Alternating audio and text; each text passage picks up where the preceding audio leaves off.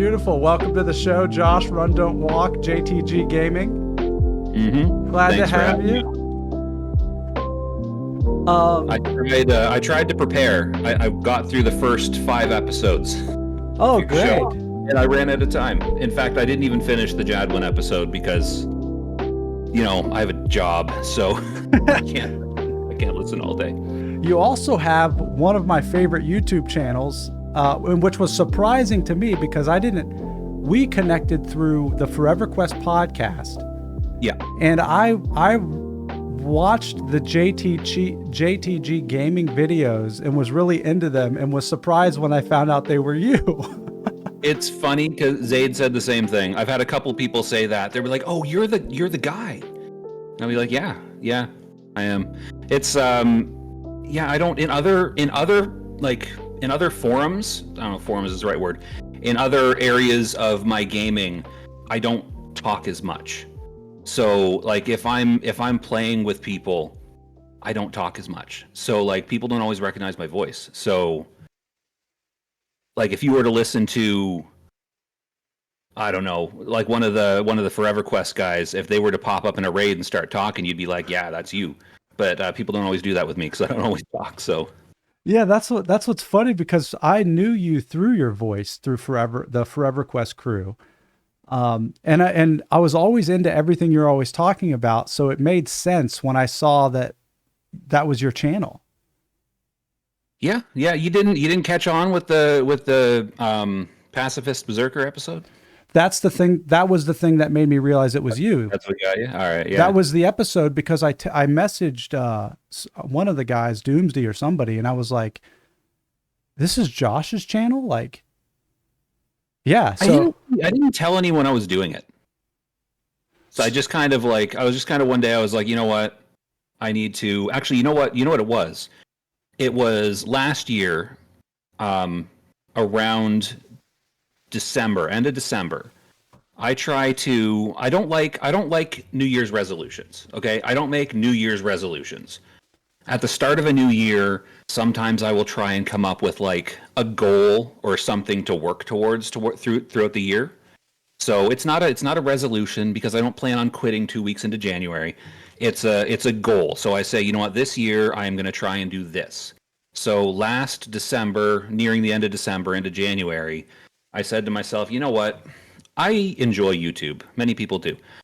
What I want to do is I want to teach myself how to make videos. I want to teach myself how to do this kind of production stuff. So I'm going to make a goal of making 1 video a week for the year. And that's how I started the channel. And I just started making whatever popped into my head.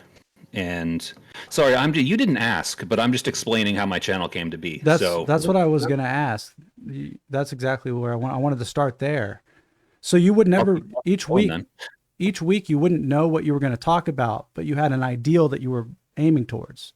When I started, I knew I wanted it to be gaming of some sort because that's quite frankly the easiest thing to make videos about because people love it and it's something I do constantly anyways. But what happened was I was like, okay, January 1st, I got to start this. I'm going to make a video a week.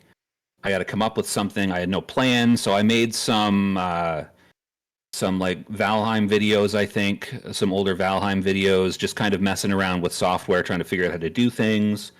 Then we ran into the Everquest's birthday around March. So I made like a happy birthday Everquest video, and I was like, you know what? I should be making Everquest videos. This is silly. Why am I not making Everquest videos? But then I'm like, you know what?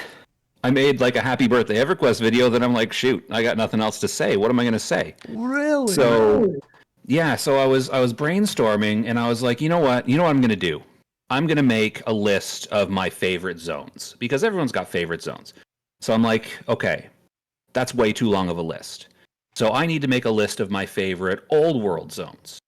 So I start making my list, and I'm like, okay, some of these zones, not everybody's going to be with me. Like West Commonlands was on my list. I loved West Commonlands, but it's for personal reasons. Like when I played way back, I went there and I killed bears and I killed bears there for levels and levels, and it like fond memories, right? And then when I was playing on P99, I had this spot in West Common Lands where there is a single orc, like a single orc centurion, and it was my dad camp. You know what a dad camp is? Yeah, I it was my dad camp. So it would spawn every, I want to say 7 minutes and 40 seconds or so. So I would sit, I would invis myself, and I would sit and I would go do, life things, and I'd have an alarm on my phone, and every, 7 minutes after I've been sitting, I'd rush back to the computer, wait for it to spawn, kill it, sit down, and then leave again. So like I've got all these memories of just sitting in West Common Lands for days. So I'm like, okay, that one's on my list. I need to explain that in the video because nobody's going to understand why West Common Lands is on my list. Another one was on my list was Kithagor Forest. And I was like, okay, a lot of people are going to understand why Kithagor Forest is on my list because it's a cool zone and it's got some cool lore behind it. But I'm like, you know what? Not everybody's going to know that. I should make a video explaining the lore behind Kithagor Forest. So I did that, and it was a short, I don't know, I want to say 7, 8, 9 minute long video I watched where it. I kind of did a deep dive, and I set it up to like in-game footage, and I tried to act out some of the scenes with characters, and I did my best, and I watched it through after I made it, and I was like, this kind of sucks, but you know what? I'll post it anyways. And sorry, I'm getting myself out of breath from talking. And so I posted it, and everyone's like, "Oh, I love this! You need to make more lore videos. We love lore videos." And I was like, "I love the lore of the game too. I'll start making lore videos." And so I did, because like this is the stuff that fascinated me when I was playing. That's why I loved zones like Kithagor. Every time I'd run through, because I mean, you made those mad dashes through the zone trying to survive and not get killed by the undead. So I loved to, when I was running through a zone like that, I'm thinking about the lore behind it. And I'm thinking, man, all these undead are here. Why are they here? So I need to look it up. And I'm running through this stuff in my head, and I'm telling myself these stories while I'm playing, because I play solo a lot, because, my play schedule is erratic. So whenever I'm playing the game, I'm constantly telling myself these lore stories in my head while I'm playing. And I'm like, I'll just put this in video form. So I did. Did it feel like an effort to do the research for the lore to make sure it was correct, or what was that process? What was the most tough process about that first Kithagor video? Finding the lore was okay. So I knew the lore, or I thought I knew the lore, because I've been playing this game since, a few months after it was released. So like I've heard all the stories about Kithagor over the years. The hardest part for me was trying to make sure I had all of it and trying to make sure it was accurate. So I found some great resources. I use this site called Lore of Norath, and it's an old site. It dates back to, I can't remember the earliest posts I've seen, but it's been around for a decade and a half at least. Because I know a lot of the posts are like 2008, 2009. Sorry. So I use this site. It compiles a lot of the in-game lore. So it'll have like quest dialogue. It will have like text from some of the in-game books, but it also compiles old forum posts from like GM interactions, because they used to have these GM events in game, right? So the GMs would take on a character and they would come into game and they'd play out these lore events. So this site, it captures a lot of that stuff too. It captures a lot of stuff that was posted on forums back in the day. And it's a great place that's compiled a lot of this lore from the original game up until I haven't quite reached the end of it. It still has stuff into Planes of Power, but I notice kind of as we're getting older, like I know beyond Planes of Power, beyond Gates of Discord, Omens of War, there's some stuff out there. But once you get into that slog of 2 expansions a year for a while, and then an expansion every year, there's less and less to find on that stuff. So these sites that I'm using, they have a lot of stuff from these older expansions that we all kind of lived the lore from if we played way back then. But it gets harder and harder to find them. So finding the lore on Kithakor, sorry, I ramble. Finding the lore on Kithakor wasn't that hard, but compiling it into like a narrative that makes sense was a little more difficult. So with Kithakor, not so much with Kithakor. I followed the lore pretty closely from what I found on some of these sites for Kithakor. But as we get into some of the expansion lore videos, like Velios and Lucklin, and people complain about how I pronounce Velios, so sorry, and Kunar, and into the Plane of Power ones. At least you're not saying Iskar. Iskar is my favorite race. No. As we get into those, I've kind of taken some creative liberties with the lore. So I'm going through. I find all of the, I say factual, but it's made up stuff. So the factual in-game information that I can find, and I try to turn it into a narrative, so that the lore kind of follows a story. So I did that a bit with the Velios one, and I got really into that with the Kunark one, and with the most recent one I did too on the Crypt of Decay, where I'm kind of taking the lore and I'm like, just repeating dry facts can get boring, so I'm trying to make a coherent story out of it, because the game back in the day didn't always do the best job of telling a coherent story. They had a lot of fascinating lore that they put into the game, but it doesn't always follow like one narrative path from the start of the expansion to the end. So I try and tie them together into something that makes sense as a story. And that's probably the most difficult part. Yeah, I was going to say your most recent one, Ruins of Lixvaximin. Lichtenbaum. I you know what? I spent so long trying to find out how to pronounce that. And I may still be wrong, but the most credible source I found led me to believe it is pronounced Lixenbaum. Lixenbaum. Okay, so Lixenbaum. I think that is the best I could do. so your most recent one, Ruins of Lixenbaum. Okay. Yeah. The thing that I thought was so fascinating while I was watching it was you basically turned it into a three little mini short stories.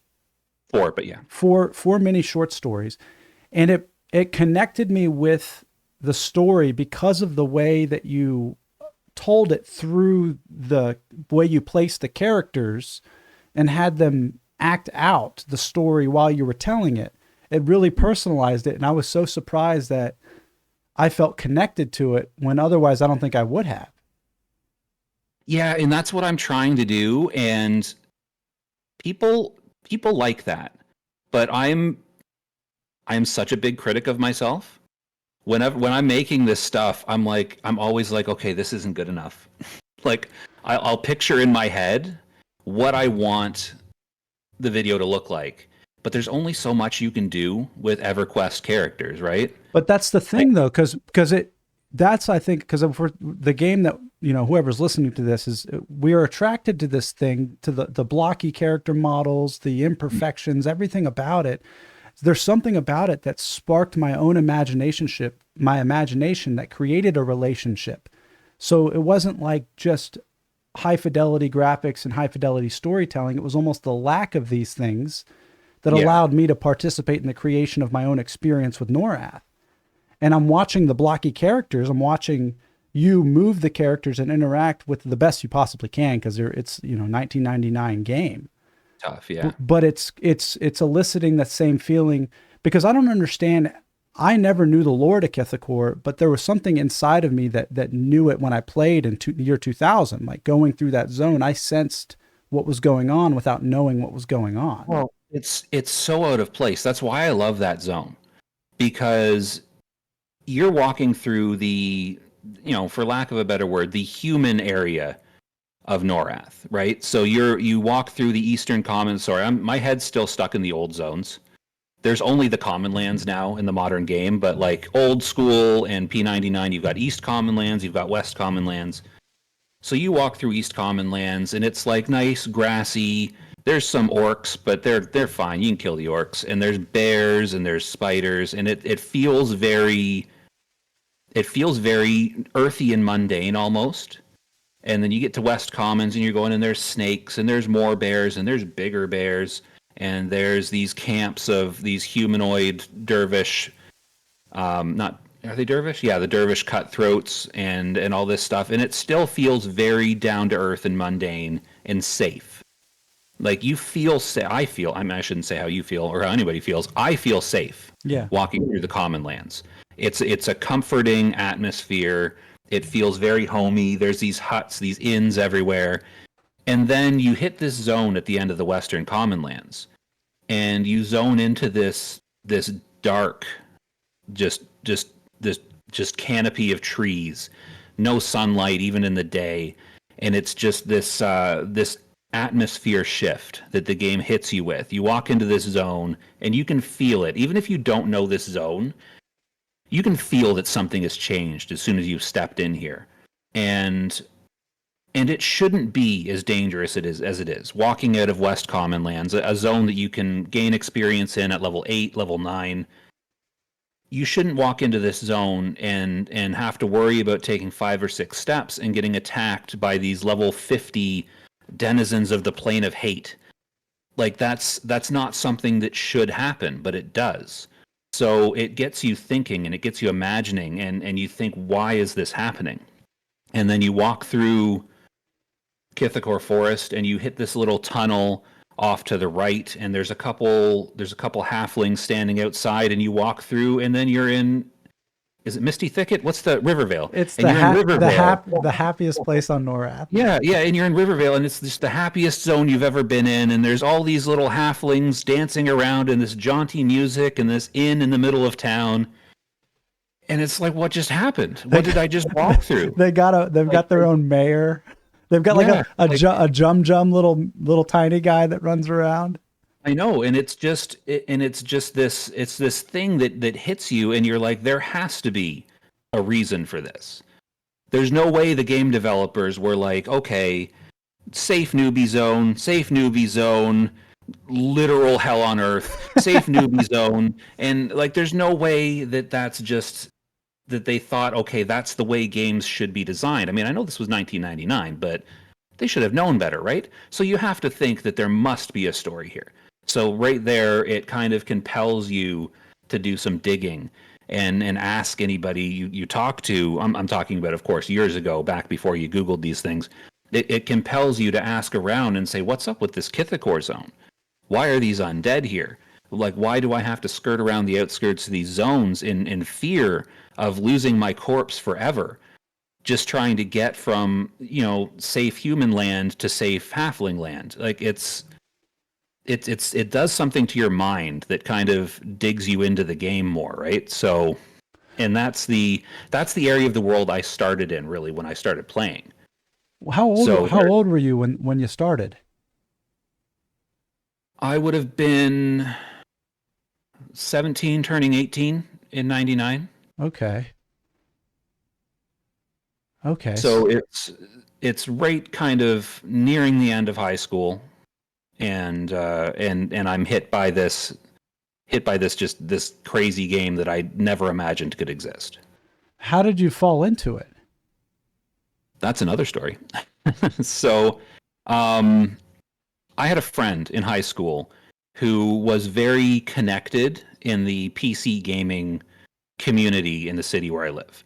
So he knew the guys that ran the local game in like computer shop. He knew guys that ran. Do you remember the old BBSs? BBSs? BBSs, the old what would it stand for? Bulletin board systems. Basically, it was like a precursor to the modern internet. So you would, on your computer, you would set up this server, and people would dial in through their dial-up and connect to it, and you'd have like file sharing. And there was kind of pretty crude, like simple games that you could play where you like build troops and like early kind of MUDs, like dungeons that you could play through, like all text based. games, and you would dial into these, and it was like a website you'd go to, but not a website, and you could interact with them, and other people would join, and you'd have a little community there. It was usually people like local to you, but it could be people from farther out as well. Because I mean, not people from across the world aren't going to be calling long distance to join this BBS that some guys got going. But this friend that I had in high school, he was very connected with some people that ran those kind of things. So he was always kind of on the cutting edge of gaming at the time. And early 99, you know, getting into the spring of 99, he got this new game, Everquest. So he invited me over to his house and he showed it to me, and I was just blown away by it because I loved fantasy novels. I loved Star Trek, as you can probably see. Um, and just the idea that a fantasy world could be brought to life in the way that EverQuest was just mind blowing to me, and I just had to be a part of this. So, Had you played any RPGs or anything before then? Tabletop games? I was just getting into Dungeons and Dragons around the same time I started playing EverQuest. I had played like console RPGs. I played all the Final Fantasy games. I loved Final Fantasy. There's a couple other, you know, Nintendo and Super Nintendo games along that vein that I played. So I kind of had a base with role playing games, but nothing like EverQuest.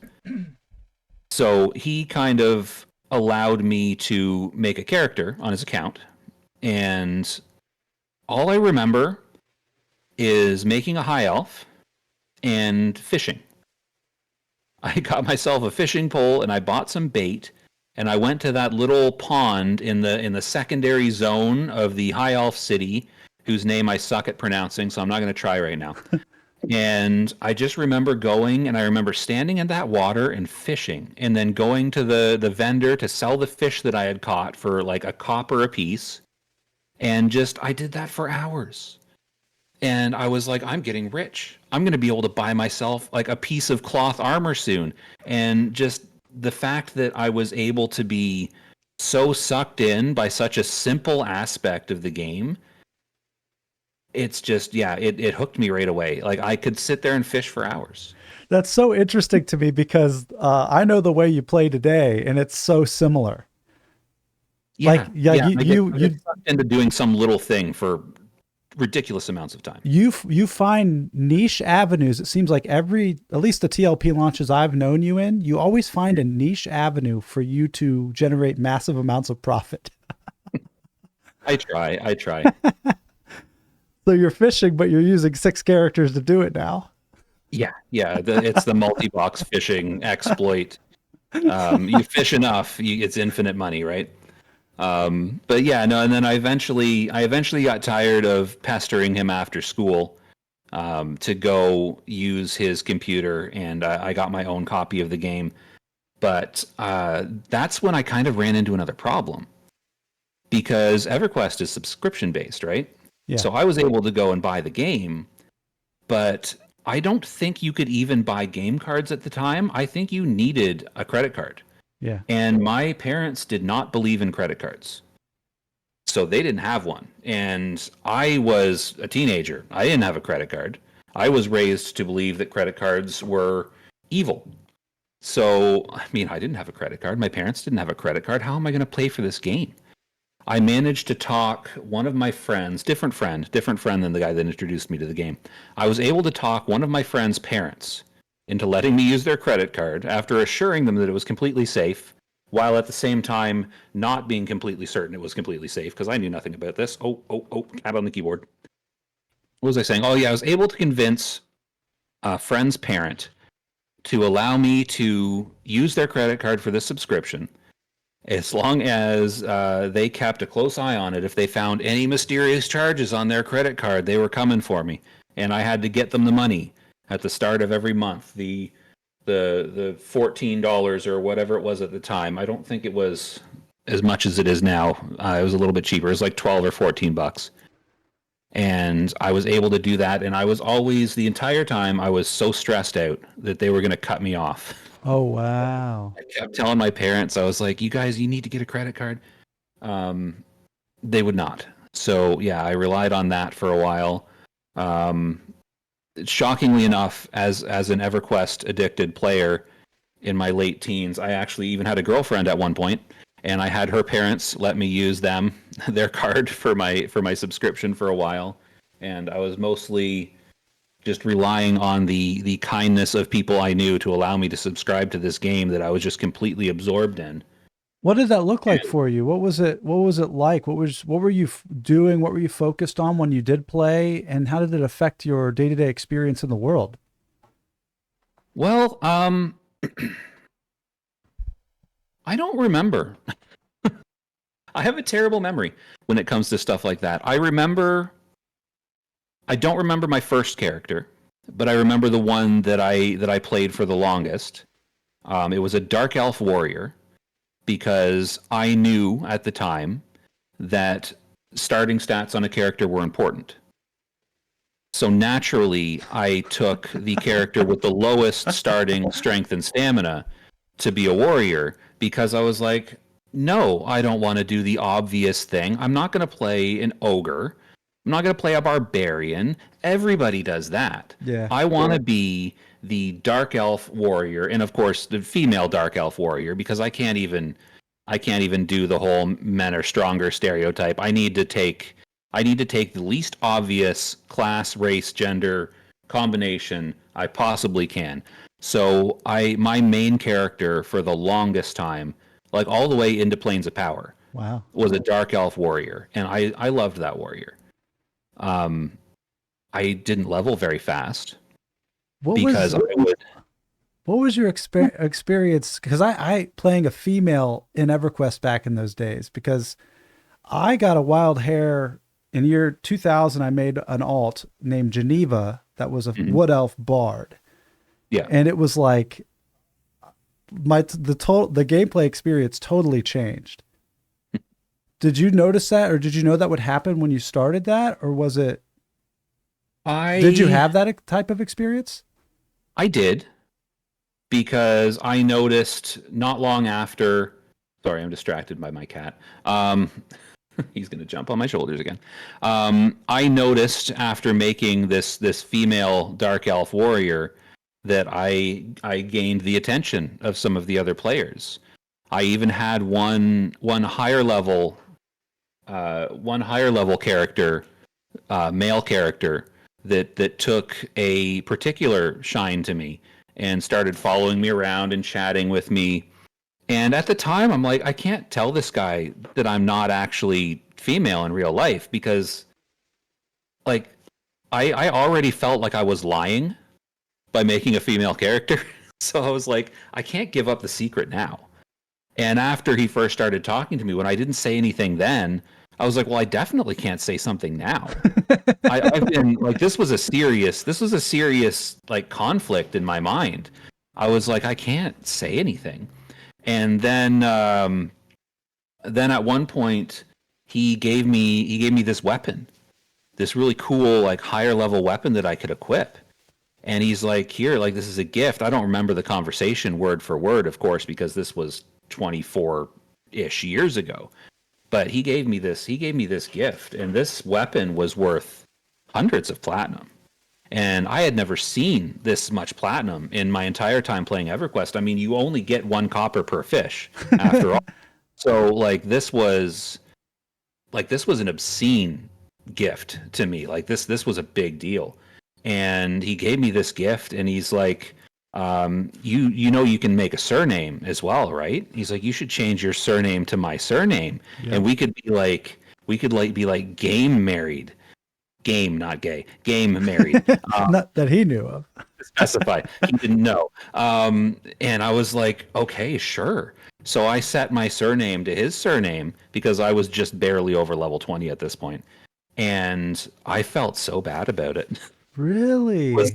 I was like, I took this weapon from this person, and I've taken his name now, and I'm like, should I feel bad about this? Should I say something? But I'm like, no, I can't.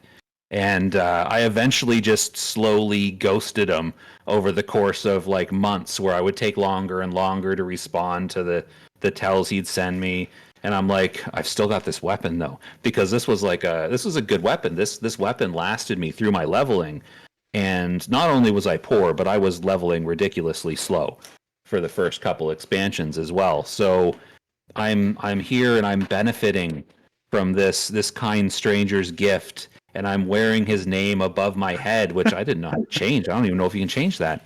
And I'm just kind of living this life, this double life, as this dark elf female warrior who this person in game thinks is actually female, and I've taken this gift from him, and it was this whole like shame spiral I had going in game for the longest time.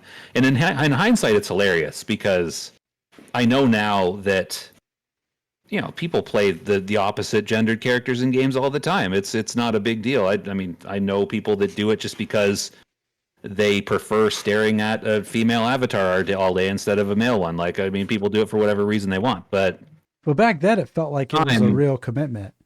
Oh, at the time, it felt like a some sort of betrayal to me. That was how real the game environment was to me at the time. That lying in game felt like some sort of betrayal to who I was. Which is it's a difficult balance, because from everything that you were describing, it sounded like you were immersing yourself into a character, which is the point of a role playing game. Yeah, which I do almost to a fault. I immerse myself too much sometimes.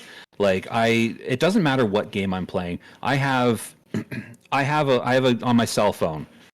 I like football. I'm a football fan. I'm not watching the Super Bowl this year, but I am a football fan, and I have this retro bowl game on my phone, and it's just this like it's like a new version. It's supposed to look like an old school like Nintendo era game, like with the 8-bit graphics and sound and stuff. It's a cool little game. A game that most people would find almost impossible to get personally invested in. But when I play Retro Bowl on my phone, I have mental storylines that I have come up with for every one of my players on that team. I've got a running back who's got slightly slower stamina, and he clearly had an injury in college that he never really recovered from. And I've got an offensive lineman who just absolutely sucks, but he really is just happy to be there in the big show. And I've got a wide receiver that just thinks he was something special, but he keeps fumbling the ball. So he's really not everything he thinks he is. But whenever I'm playing a game, I get myself so into the heads of whatever character I'm playing. It's just too much sometimes. So like when I'm playing role playing games, naturally I get so invested in these characters, and I'm constantly making up stories in my head about what's going on and behind the scenes. It's a lot sometimes. How I'm kind of a storyteller and writer at heart, so I can't help but constantly come up with narratives for things. That's awesome. I mean, that's a gift. It's a curse is what it is, because I can't Awesome. stop thinking about this stupid stuff. Like it doesn't matter what my running back in Retro Bowl's backstory is. It really doesn't matter. Right. But it's there. Yeah, it's interesting because yeah, it's like you can't stop your mind from painting. Mhm. It's just gonna paint. It is, yeah. I wish I could paint. So tell me what happens. When do you fall out of love with EverQuest the first time, or did you ever, or have you been playing ever since? No, I've not been playing ever since. Through Planes of Power, I played often, but not all the time. I would run into issues where I'd have a couple months where I wouldn't have access to a credit card, so my account would lapse, and I'd have periods of time where I was really needed to focus on school or something, and I played less. Like I don't think I had a max level character until maybe Velios. It could have even been, no, it wasn't Lucklin. Yeah, probably Velios. I didn't have a max level character until Velios. Like playing my warrior. I mean, I grouped sometimes, but I wasn't like a good tank. So I just kind of played solo a lot. I And literally just learned how taunt works from a 25-year-old game. Doomsday taught me. yeah, I did see that episode, and I did know that. So I didn't learn that just then, but I definitely didn't know. I used to just hit everything on cooldown. Same. When I was a warrior, I would just hit. I'd have a auto attack, which I would turn on, and then on cooldown, I would hit kick, disarm, and taunt in that order. And and sense heading. I I constantly got to. but yeah, my playtime was off and on.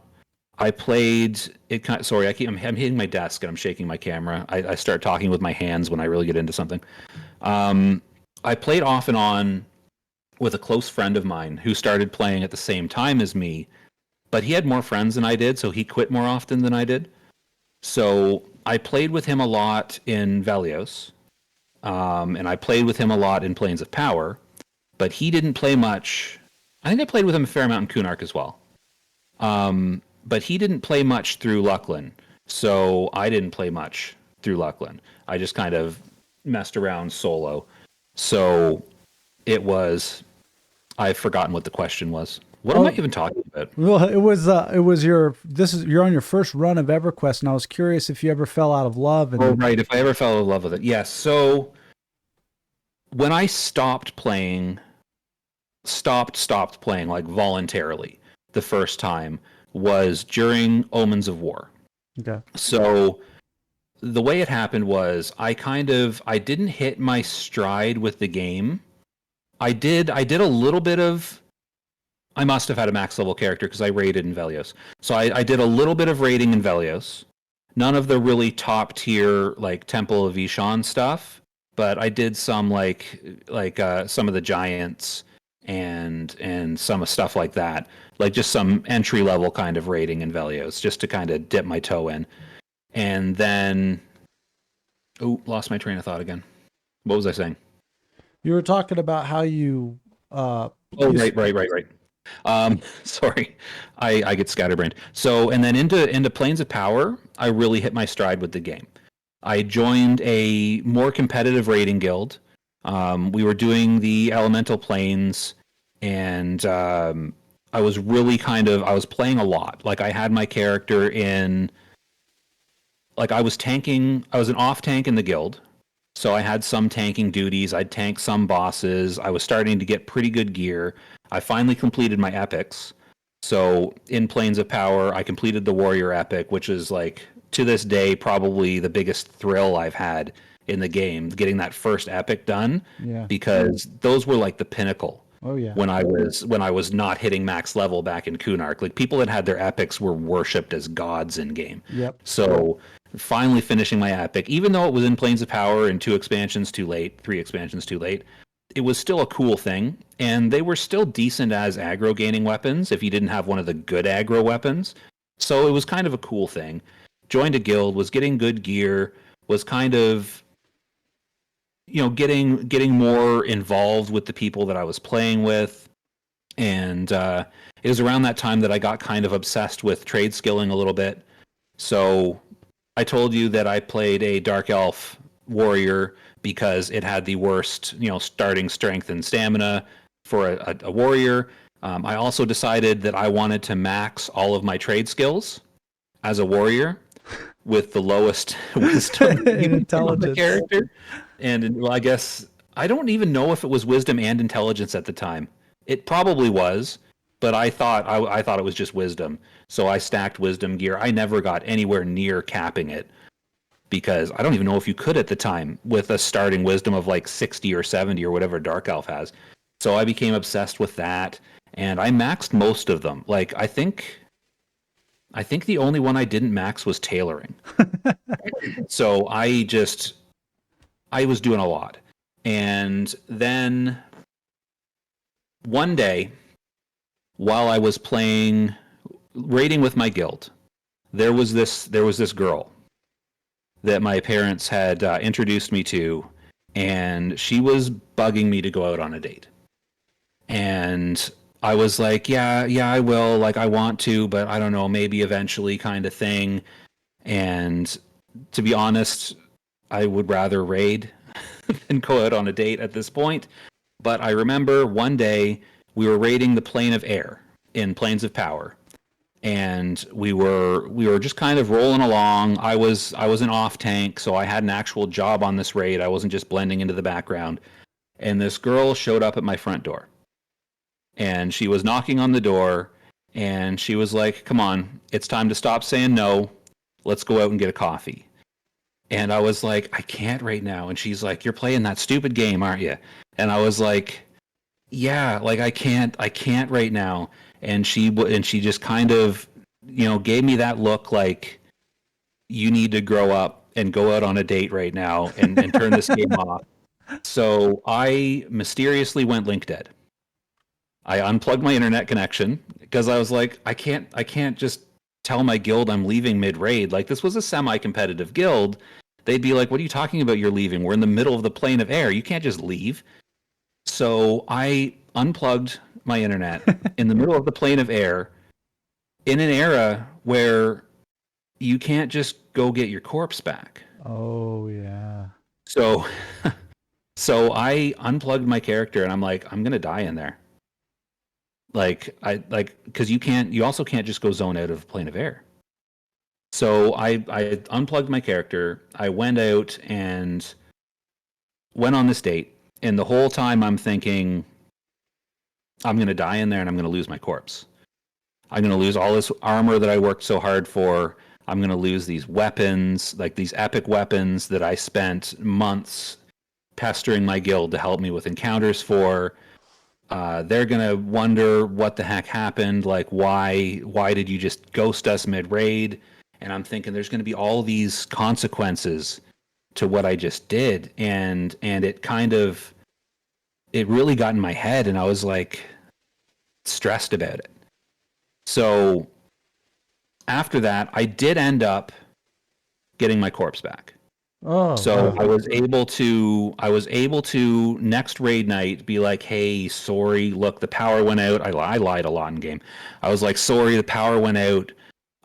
This was back before you could just hop on your phone and Discord people that your power went out. So like when people disappeared, they disappeared. Yeah. So I was able to pull off the lie that, "Look, this was out of my control. I'm so sorry." Next raid, they were able to summon my corpse for me, and I got my corpse back. But I ended up having to take a bit of a break from the game at that point, because I ended up dating and then marrying this girl. So we got divorced, but Oh, I was gonna say. ended up, I ended up marrying her, and we were married for several years. But that was a few months break, but I did end up continuing to play kind of more casually, not part of a big guild, not raiding, because like I got married, I had a couple kids, so I was still playing the game because I still loved the game, but I didn't have the time.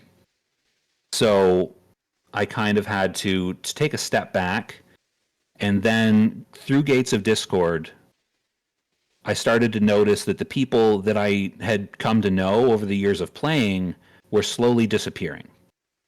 And they were going to this new game, World of Warcraft, and I was incredibly bitter about it. I was like, how dare you leave this game where we've built this community to go play this shiny new cartoony looking game? Like, it doesn't even look fun. So I dug in my nails and I stayed in EverQuest until well into not Gates of Discord, well into, what's the next one? Omens of War. And until I eventually ended up getting talked into leaving for World of Warcraft myself. So Oh, in that's what you Omens did. of War, I ended up leaving, and starting World of Warcraft, months into it. I don't remember how far into World of Warcraft it was when I started playing, but it was fairly new, so I wasn't that far behind. But yeah, I ended up leaving, and I thought it was permanent. I didn't think I was going to end up ever playing EverQuest again, and it was years before I did. Because I ended up raiding. I ended up joining some raiding guilds in World of Warcraft. being somewhat competitive in some of the raiding scene with that, and I played that for years. Speaking of World of Warcraft, that's one of my questions for you. I was watching your YouTube channel, and you and your wife now Yeah, made some hardcore.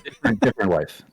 Yeah, it's you guys were having a tough time on that minute and a half long video, the one where you to explain what happened.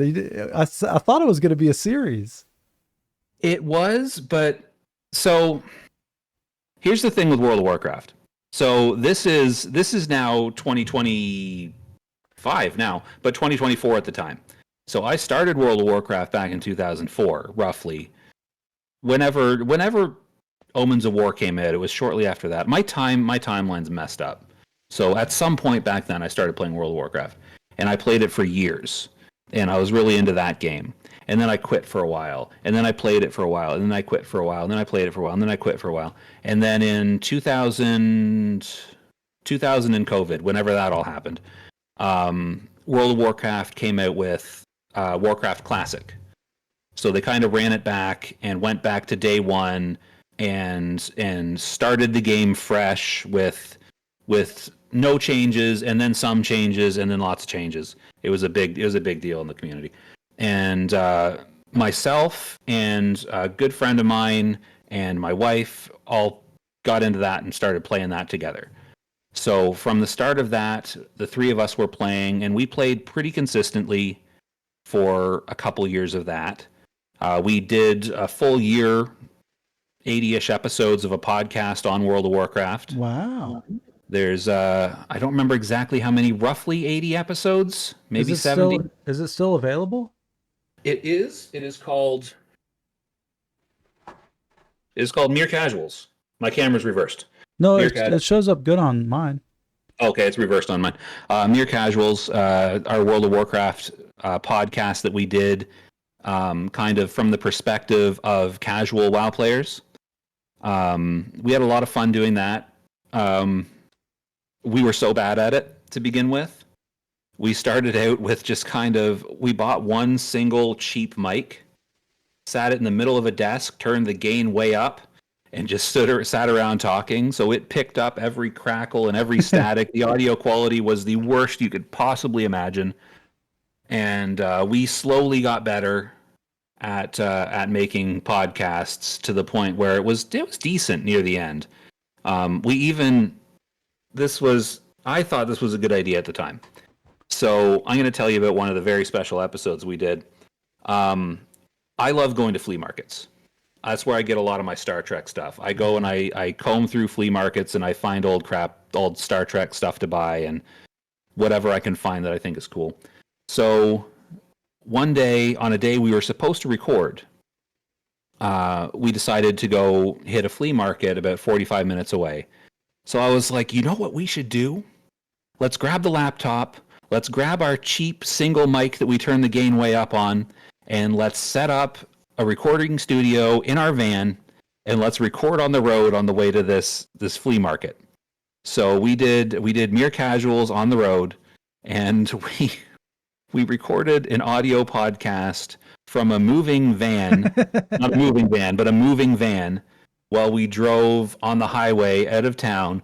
And I am shocked at how many people actually listen to it, because it is the most difficult thing in the world to listen to. I go back on some of those episodes where we did stuff like that, and I was like, oh my goodness, this is awful. What are we thinking? It's just so bad, but it was fun. Yeah, so we did that. And have you played World of Warcraft? Oh yeah, tons. How do you feel about it? I love it. I think it's great. So the game's great. How do you feel about the people that play World of Warcraft? Not the biggest fan of the collective culture. The collective culture is what I have an issue. Well, there's so many different versions of World of Warcraft right now. And we're honestly, and we were talking about this before the show, and I was talking to Dooms about this, and most of the guests that I've had on are a certain type of EverQuest player. Mm-hmm. And it really is like, it seems like any game you play, it's the responsibility of the individual to link up with others that are interested in playing in the way that they like. Yes. Like it's almost early days EverQuest. It was like 99, 2000. If you were on that game, you were already cool. Like, because it was niche, like nerd culture wasn't popularized. It was like everybody was reading computer magazines or knew how the internet worked. And that was not a popular or normalized thing. So there Yeah. was, the niche community was there, but now because everyone's on it, it's almost like our responsibility to, we have to put a little bit of work in to create the experience you're interested in. So the long-winded answer, the thing I love the most about World of Warcraft, and I experience this when I go back to it after playing tons of EverQuest, is Mhm. I'll log back in and play it after like a year or a year and a half away. Just the mechanics, the gameplay, the fluidity. I'm like, they did something. They got something special with the base level design of classic WoW. Oh, the game itself is amazing. Yeah. The game itself is amazing, but I just I do not mesh well with the WoW community. It is not my group of people, because to contrast, you've got EverQuest, right? You log in as a fresh EverQuest player and people are tripping over themselves to help you. Like, it is one of the most receptive communities I have ever been a part of. And I recently got a friend of mine who resisted for years playing EverQuest. I got him to start, and he's nervous because when he started playing World of Warcraft, he would try and group with people, and if he made even the smallest mistake, they would just rip him to shreds. Yeah. And he was like, "This is the most unwelcoming, unfriendly thing." Like, he would get so upset and in his head about it, about these people criticizing his gameplay, and I'd be like, "Just ignore them. They're idiots." Like, so many people that play World of Warcraft, just, they're toxic. They're so toxic. It's so tough to do though, And because these games are designed to be immersive. Like, it's very difficult to yeah, separate your personhood from the avatar that you're playing. that's why I have a hard time with World of Warcraft. Like, I enjoy playing it with my wife and my best friend. Like, I enjoy the game, but I'm constantly, whenever we're playing, I'm constantly saying, you know what? The worst thing about this game is the people that play it. Yeah. Because we'll be going along and we'll be having fun, and then someone will show up and decide to insert themselves into what we're doing in a negative way, and I'm like, just mind your own business. Why are you here? Yeah. Like, it irritates me to no end. So we played classic WoW through Wrath of the Lich King, the three of us. And into Wrath of the Lich King, I actually ended up finding a somewhat competitive guild. We were doing heroic raiding. We killed the Lich King on heroic. We were doing pretty good. But they were actually decent people. So I got lucky. I found a really good guild that was actually decent people. But so many of the people I had interactions with were just awful. And I made a couple World of Warcraft videos early on, and just the difference in the comment section from my World of Warcraft videos to my EverQuest videos, it's bizarre. Like, people would comment on my WoW videos and be like, they'd watch my video, right? Mhm. And they'd pick out my character name and server, and they'd go and they'd search my parses on the WoW logs, and they'd be like, "Who do you think you are? You parse this on this boss. Why should I watch your video?" And I'll be Wow. like, "It's entertainment, dude. Like, relax." Like, I'm Wow. not claiming to be an expert, but like, they'll go and they'll pick stuff like that out. Meanwhile, I make an EverQuest video and everybody's like, "I love this. Make more." Yeah. So yeah, it's a smaller group, but they're so much nicer. But anyway, so I keep trying to get to this point in the story, but I ramble. So fast forward to a few months ago, fresh hardcore servers are coming out, and my wife's like, we should play hardcore and record ourselves and make some videos. It'll be funny. When you put them on your channel, it'll be great. And I'm like, I hate hardcore. Like, I hate it so much. And I was not in the mood for playing Warcraft either. I was like, I don't want to sink myself into this right now. Hardcore is not fun for me. I don't find it enjoyable. because like you've seen the way I play games. I like to find things and push the envelope and do weird stuff that shouldn't make sense. And what hardcore is, it's hardcore WoW is basically they take a decent game and they say, okay, here, play it in the most tedious, boring way imaginable. And by the way, if you make one mistake, you have to start over. So does that sound fun to you? That doesn't sound fun to me. Yeah, That's it's like here, take this game and make it as boring as you possibly can. It's like, it had the opposite effect on me because I don't know how to chill.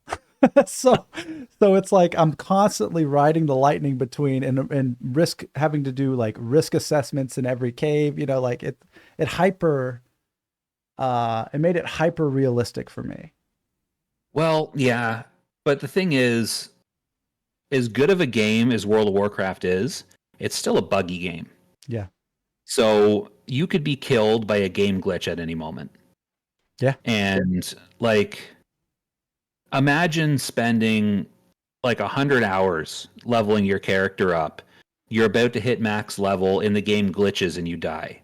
Yeah. And the people running the game are like, yeah, you should have thought of that. And there's nothing you can do about it. It's the prospect of that happening.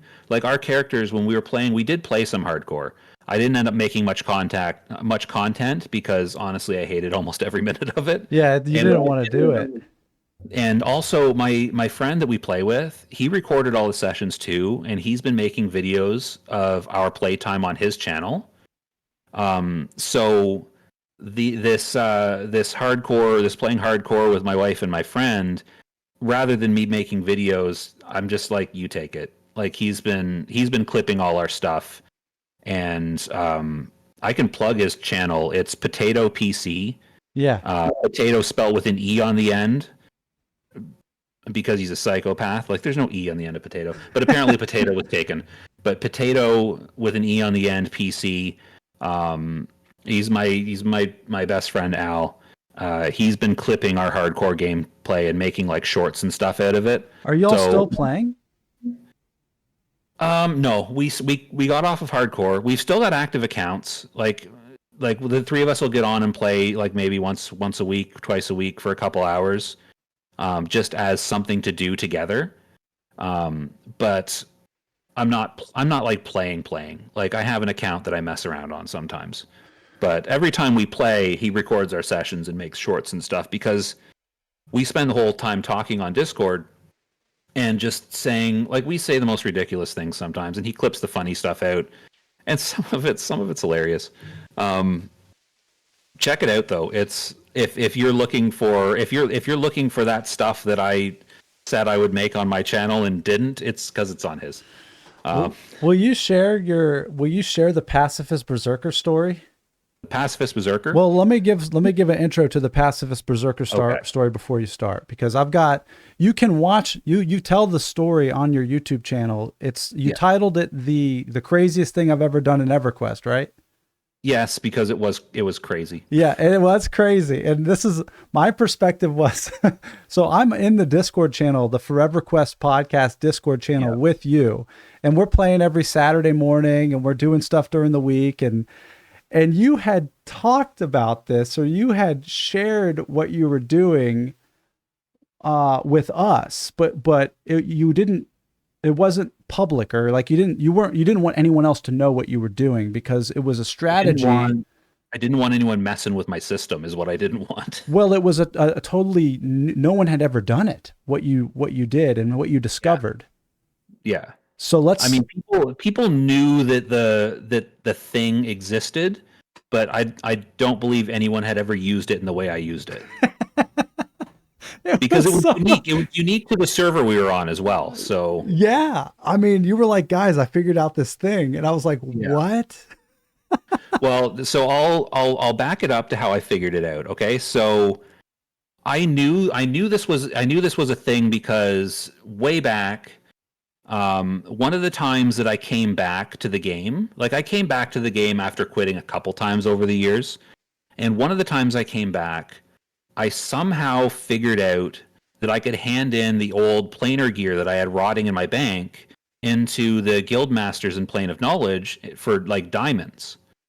And I was like, interesting, but who cares? Like, I handed in a bracer and I got like 190 platinum diamond in an era of EverQuest where everybody had millions of platinum and it didn't matter. So it meant nothing at the time. Like, it was just some thing that allowed you to part with your old gear without deleting it, because a lot of EverQuest players are like me.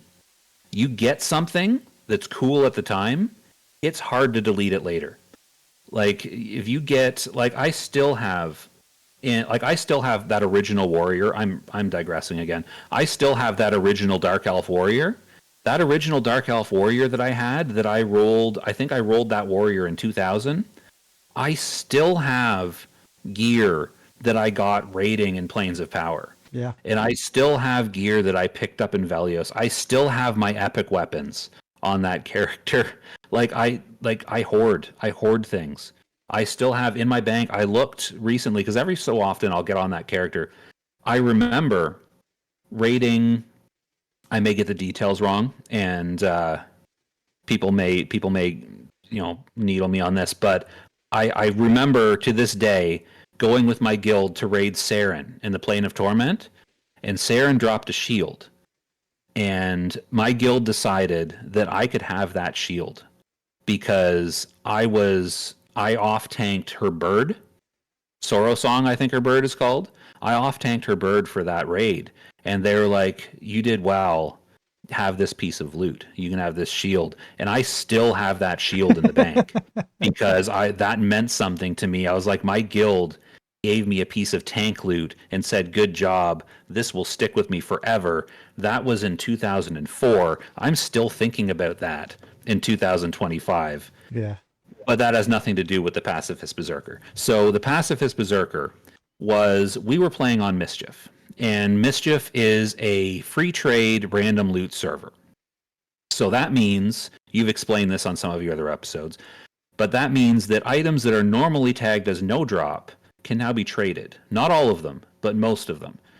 And that includes all of the class-specific armor that is, for the most part, complete and utter trash, that dropped from the Plane of Hate and the Plane of Fear, two of the first content expansions added to the game back in 1999, 2000. I don't remember exactly when they were added. I looked it up for a video, but I have forgotten. And this gear that is no drop is now tradable. So you can take that gear and you can give it to a guild master in Plane of Knowledge, and they will give you a diamond for it as like a, get it out of your banks kind of incentive.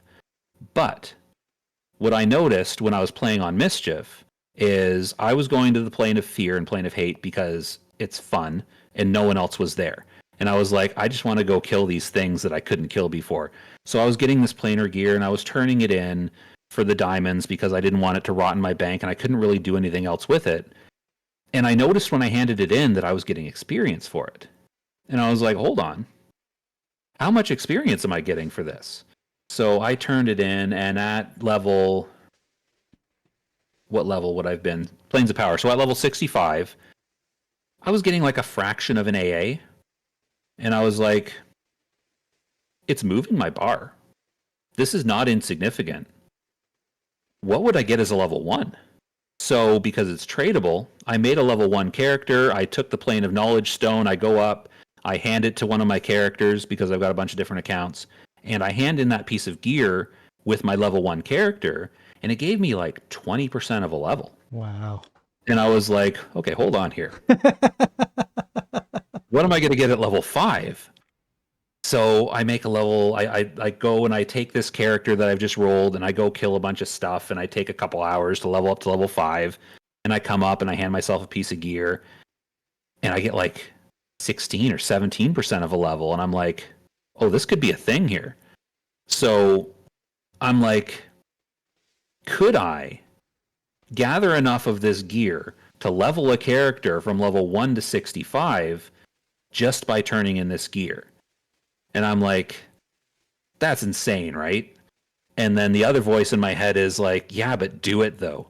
So I'm like, okay, I need to do some testing here. So I pulled out the old Google spreadsheets, and I opened myself up a Google spreadsheet, and I filled in a bunch of fields, and I broke it down by level. I also figured out in the process of doing these little tests, you get different amounts of experience for different gear. Oh yeah, So yeah, yeah. chests and legs give you like X amount of gear. The rest of the stuff gives you X minus whatever amount of experience. Sorry, not gear. So I'm like, okay, I need to test things. So I made characters and leveled characters and tried gear hand-ins of chest slash breastplate and then other for, I think there might have been, no, I think there's only 2 tiers of it. I can't remember if there's 2 or 3. I'd have to open up my spreadsheet. So But at every, sorry? you didn't have the end goal idea yet at this point? Oh, I did. This was me figuring out if it was possible. Oh, so you knew that you already knew what you were aiming to do. Yeah, at this point, I was like, I need to try and do this. So you had But the I idea wanted of to- the level 65 Berserker that had never killed anything. So I hadn't settled on that part of it yet. I wasn't quite there yet. It was like, I was like, is it possible to level 1 to 65 just on these turn-ins? Sure. So I went and I had characters. I'd level up a chunk, and every level I'd go back and I'd do a turn-in, and I had a spreadsheet where I calculated exactly how much experience I would get from each turn-in at each level, and it was going down at like on a predictable curve. Like I figured out a formula for it so that I was able to fill in some of the gaps that I did. Like at no point did I have like a level 53 to do the turn in with, but I figured out the formula so you could see the curve on a graph. Sure. So I could predict like some of the gaps that I had. And so I did all of these turn-ins and I did the math, and my initial math told me that I would need somewhere in the area of like 8,500 turn-ins. And I was like, okay, that's a lot. Now, how long would it take me to do this? So I'm going and I'm doing Plane of Fear, the outdoorish one.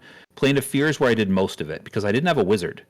So Plane of Hate was difficult because I'd have to like pay someone to port me up there. Yeah. And I didn't want people to know I was farming this stuff. Yeah. And I was super paranoid about it. Well, this is the thing. like, At the time, Mischief was extremely popular. Everybody knew what everybody was doing, and it would have been noticed. I'm surprised it wasn't noticed that you were doing what you were doing.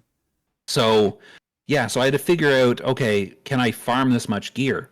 So I'd go and I'd do a run and I'd clear all of the trash in Plane of Fear, and I'd get like, a few dozen pieces of gear. So I'm like, okay, I think logistically I might be able to do this because I don't remember the exact dates. I say it in my video on it.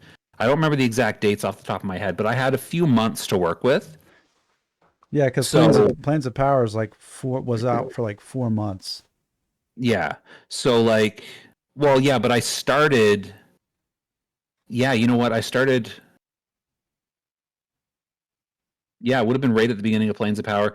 Yeah, it was a few months because they had what's it called? Lost Dungeons of Norath in there as well. Oh, right. Yeah, so there was a longer Planes of Power era is like one of the longest eras on a TLP server. So I figured out the first piece. The first piece, is it possible? I did the math. Yeah, it takes a ridiculous amount, but it's possible. The second piece, can I farm enough? Solid maybe. The third piece, where the heck am I going to put 8,000 pieces of non-stackable armor? Mm-hmm. So I was like, okay, I've got 5 accounts. I can buy extra character slots, which I did. I bought all the extra character slots on every account. I was able to. I got the perks on every account, so this was not free. I got the perks on every account that gives you 2 extra bag slots. It's like the trade skilling one. You get 2 extra bag slots, and you also get access to, was it 12 slot? 12 slot trader satchels. So I was able to get the 12 slot trader satchels to put in every slot, as well as 16 bank slots. So I figured out, okay, I did the math. To store 8,000 pieces of armor, I'm like, okay, I'm going to need this many level 1 mules parked in like the bazaar or plane of knowledge or wherever I parked them. I think I parked them in the bazaar because of the whole you can still move around while encumbered thing. Again, it's in my video, but I don't remember the exact number, but I had dozens of characters, level 1 mules, and their names were all coded. So I'd have like planar APO would be my planar apothic gear, the mage stuff. And then it got full, so I'd have planar APOC, and then it got full, so I had planar APOCI, and so on, planar ETH, planar ETHE, and I had all these coded names where I sorted every piece of gear that I went and farmed from Plane of Fear or Plane of Hate. I mailed them individually to the appropriate characters, sorted them by item type in the banks and bags, and tracked every piece of gear that I farmed in a spreadsheet because I wanted to keep track of the number of pieces of gear that I had. And then as I was farming, I had to do the calculation, how many am I getting per day? Where is this putting me on my goal of how many I'm going to need? And I had all this, like, I had a couple spreadsheets going on, all this math that I was working out. And I was like, okay, I have a limited amount of time. I need to do this, like, I need to do this quickly. So hold on, let me just say, I need the people to know that what you're describing is one of the most legendary things that has ever occurred in EverQuest. I gotta say, like, the amount of effort, the amount of it was a stupid amount of effort. But like the thought that went into it, the characters, I mean, your finger from clicking a button and moving these pieces of gear, like y'all don't understand. Like I'll get to the finger clicking. So anyways, doing all that. I don't think anybody had ever gotten to 65 without killing anything. Like, this is the thing. No. The game's been out for 25 years. Things have been accomplished, but this has not happened. Yeah, no, I guarantee it had not happened. It wasn't. I don't even know if it would have been possible. I don't know if the quests were there. No. But so, like, I'm doing this and I'm doing the math and I'm like, okay, I need to farm hard because I'm doing the math and I'm like, if I'm doing this casually, I'm not going to have enough pieces of gear. So what I ended up doing was Plane of Fear, open world. The whole zone respawns every 4 hours. Yes. So I am in the unfortunate position where I have a job. So what I had to do was I'd have to get up at like 4 or 5 in the morning. I have to do a clear of the Plane of Fear before work. Then I'd get home. I'd have to do another clear of the Plane of Fear and then do another one before bed. So I was doing 3 a day. And then once a week, I could also pop a DZ and get a bonus clear. And I could pop a DZ of the Plane of Hate and clear the Plane of Hate as well. So every day I was doing 3 clears. I also had trash drops that I had to deal with. I was killing the golems in the Plane of Fear that didn't death touch. And I was killing the mini bosses in the Plane of Hate. So I was funneling those to an actual Bazaar mule that I was selling. I actually made a stupid amount of platinum doing this, but like I was selling, there was rare things like the amulet that turns you into a skeleton. There's a couple other pieces of nice twink gear because it's mischief. So you can get like the top boss gear off these golems and minis. So I was getting pieces for epics. Like I was able to sell all this stuff. So I was doing hours of work every day. And it wasn't just the farming and the parceling. I also, every time I did a clear, I had to go in and I had to update my spreadsheets. I had to count my gear. I had to make sure it was sorted. I had to make sure everything was ready so that when I was ready to actually do the rush to 65, everything was primed and good to go. So I end up getting closer and closer to the date. And then I stumble across this interesting piece of information that when Gates of Discord hits, there's a boost to experience. So I can't remember what the number is. It's like a 10%, 15% boost. Right, just because the expansion adjusts the XP rates. Yeah, the XP rates change in Gates of Discord. They change again in a couple expansions. Like there's a few points during the TLP cycle where the experience rates change, and Gates of Discord is one of them. Yeah. So I was able to redo my math, and I figured out I only needed like 6,000 turn-ins. So it was actually a little bit more manageable. Even though I was on pace to be able to make the 8,000 whatever, I was able to relax a bit towards the end. And at some point along that journey, I was like, okay, I know what character I want to do. With Gates of Discord, the Berserker releases, wouldn't it be hilarious to take the Berserker, the most violent concept for a class, like this big two-handed axe wielding monstrosity, and be like, what if I leveled a Berserker while never killing anything? Just have this pacifist Berserker that I leveled just on gear turn-ins. So I was like, that would be perfect. So Zerk that's what I'm twerk. doing. Yep, Zerk don't twerk. I went into the EverQuest Discord and was like, help me figure out a name. And who was it? It might even have been Doomsday that came up with the name. I can't remember who it was. It was one of the guys in that Discord that came up with the name, and I was like, yeah, can I use that name? And they're like, yeah, sure, of course. So that's he got the name Zerk don't twerk, the Berserker. Ridiculous name, but it was hilarious. So, but something catastrophic happened near the end. Yeah. So, right near the end, are you talking about my illness? Yeah. So, right near the end, a couple days, a day. Again, this is all in my video, and I've forgotten. I have a bad memory. I need to prompt myself. This is why I write scripts for my videos, because my brain doesn't work properly. Right before this was supposed to happen, I ended up coming down with a bad case of COVID. And I was like, it was a couple days before, and now I got everything ready, but I still have some like initial prep to do. I need to get everything in the right position and everything. And I'm so sick at this point, I can't even play. So I'm like in bed. I've got the shakes, the chills. I've got a fever. I'm like on my deathbed, and all I'm thinking about is I'm not thinking about, who will raise my children when I'm gone. I'm thinking, what if I can't do these turn-ins? What if I die and Zerk don't twerk, the Berserker never comes to pass? Oh, that'd be terrible. Like, that's a theme, that's a theme in my life. When crisis hits, I think, what about my characters? But yeah, I'm thinking, what am I going to do? And then the day of, I'm starting to kind of recover from COVID, and I get a migraine in the morning. And I get these aura migraines where I get like these like shimmers that kind of like grow through my vision, and it kind of compromises my eyesight. And I'm like, crap, this better pass before I have to do these turn-ins, because I cannot play a video game with a migraine and an aura. So I was stressing out. I probably got the migraine because I was stressed, and I was like, I need to be able to do this. And I even asked my wife, I'm like, can you like I've got this thing to do. Can you please get on, computer 2, 3, and 4 and help me do some of this parceling? Because like I've been sick for days, I'm exhausted. I need help. And she's like, no. And I was like, what do you mean no? She's like, I don't want to. That sounds terrible.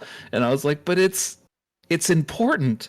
And she's like, no. In hindsight, I'm glad she said no, because now I can say I did it all myself. But yeah, no, she said no. But I ended up being just well enough that I was able to drag myself to the computers. I had a bank of computers set up because it was TrueBox at the time, so I can't just use one computer. I have to have separate computer, keyboard, etc. set up for everything I do. The day of comes, and I think it was, I don't remember what time. I want to say like 2 or 3 p.m. my time or something, that the expansion goes live. So I'm sitting there, and I've got my fresh account that I've made for my Berserker sitting there in the character select screen. I've got a couple characters with my mules logged in, and I'm watching general chat for the word to go out that the expansion's live. And I had a bard, I had a level 65 bard on one of my accounts. I had him sitting at the Plane of Knowledge stone for Hallis, because I was going to make a what are they called? Barbarian, because that was the shortest run I could make from starting zone to the stone. I actually tested it on another server. I was like, what can I get rolled and to the Plane of Knowledge the fastest? and it was a Yeah. barbarian. Because So there's two things happening here. Not only is it going to be the first ever pacifist berserker, but you also were shooting for first 65. yeah, So server first 65 I was also trying for. yeah, So I wanted everything. I had everything planned out, like in the weeks, I guess, because the couple days before I was struggling a bit. In the weeks leading up, I was on and I was testing out my routes. I was memorizing the paths from the bank to each guild master. There's a handful of different guild masters that you can turn each different piece of gear into, and I figured out which ones were the closest, what I could do, what would be the most efficient way. I was toying around with, should I just do all of the breastplates and legs from this guy and then switch and do all that, or should I do all of the gear from this mule? I was kind of like doing some math and trying figuring out the best, most efficient way I could do this. And I had my bard there ready to give bard speed to my berserker as soon as he came up. And I even luckily remembered to drop group after getting the bard speed, because if I had stayed in the group, it no would have XP. shorted me a bunch of experience. And the server, the expansion went live, and I started parceling, and the lag from everybody being like, yeah, let's make a berserker, blah blah blah, let's do this and this and this. Server lag on the parcel was painful Yeah. for the first like half hour. Like there was lag on every click. It was insane. But I ended up getting it done. I was in a close race. I was well ahead of the competition leveling for the first like 30 or 40 levels, because I was turning in 4 pieces at a time in pretty quick succession, getting almost a level per turn in to start with. And around level 20, 30, 40, I started getting like tells from people being like, how are you leveling so fast sitting in the plane of knowledge? And I was like, can't talk, breaking the game. And I kept going. And I was watching, I would do like a slash who all berserker, X level to X level every so often. And I was ahead for a while. And then people started to catch up because there was like power leveling crews, like power leveling this one other guy. And I was like, man, they're catching up. And it was tight right down to the end. And I was actually ahead around level 63, but at this point I'm getting like less than 1% per turn in. Yeah. So like a turn in of 4 is getting me like 0.8% of a level or something. So at this point, like it's slowed down, and it is a ridiculous amount of clicking and running and clicking and running to level at this point. And they passed me and hit 65 like minutes before I did. Like it was really close. And I had people on, like people had started to gather and were like watching and like cheering me on, and I was getting some messages over Discord, and I was getting lots of tells like as word kind of got around what I was doing. Yeah. And people were really cheering me on, and I just barely didn't get server first. But it took me, I think it was 6 hours and 9 minutes of nonstop turning in armor to hit 65 with my berserker. It ended up being, I think, just under 6,000 turn-ins it took, which all on your own, dude. all on my own. I think I wore through a mouse almost, but like 6,000 armor turn-ins, you got to parcel all those too. That's like 7 or 8 or 9 or 10. I don't know how many clicks per turn-in. That's like tens of thousands of mouse clicks for like, I didn't take a break because I was like, I'm racing. Yeah. So I sat there 6 hours. I think it was 6 hours and 9 minutes. I'd have to go back and check. But That just sounds right. click, click, click, click, click, click, click, and my eyes are like just beating out of my head. Every once in a while, I could convince my wife to bring me a drink, but that's about all she would do for me. And And I you're got sick. it done. And I was still getting over COVID, so I was exhausted at the end of this. And I was like, whew. And then at the end, I still had armor left over. Wow. So I was able to get a couple AAs. Yeah, it was great. And I think, I can't, again, it's in the video, but I can't remember the number. I made, I think, a couple 100,000 platinum vendoring the diamonds and blue diamonds that I got after doing all the turn-ins, because 6,000 turn-ins worth of diamonds, that's a lot of money. I was able to buy a few chrono just from doing my turn-ins. But yeah, it was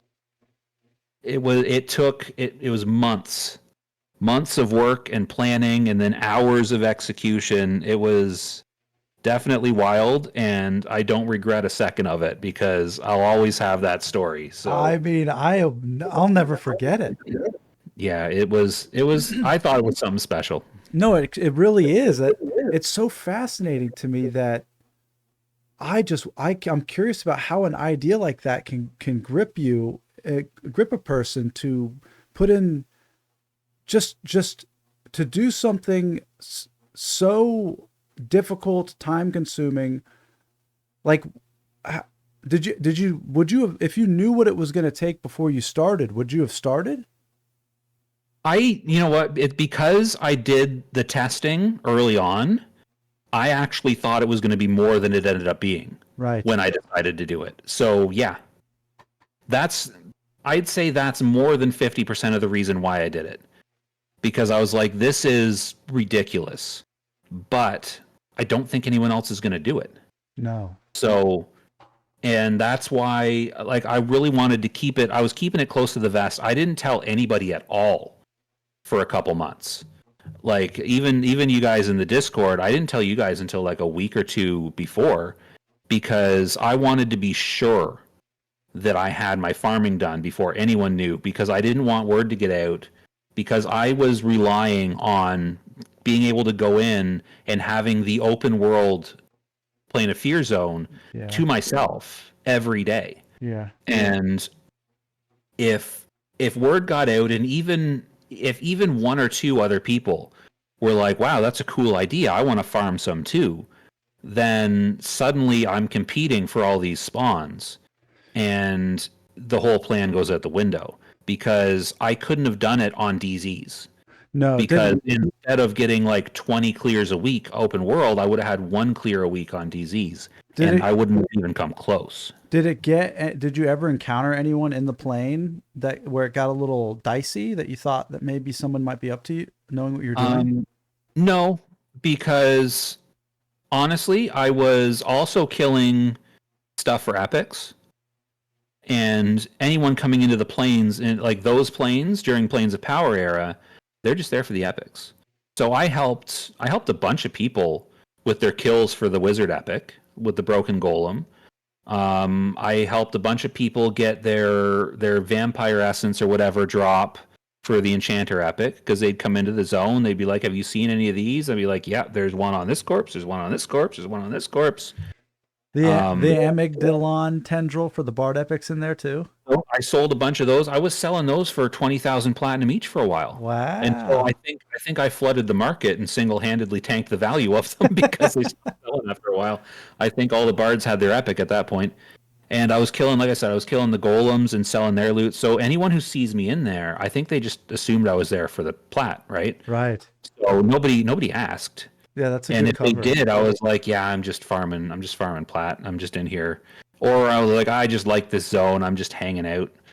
But yeah, nobody seemed to catch on, and nobody messed with my system. And like I said, if they had, then I would have been in trouble. It wouldn't have happened. So things kind of fell into place. Dude, it's just amazing. It's you're a legend, bro. Like, there's no other way to say it. Like, You got to spread the word. More people got to know. I actually put in my video, I was like, if Daybreak wants to build me a statue in the Plane of Knowledge, they're welcome to. yeah, They're not good enough, but I work. think it's hilarious. Yeah.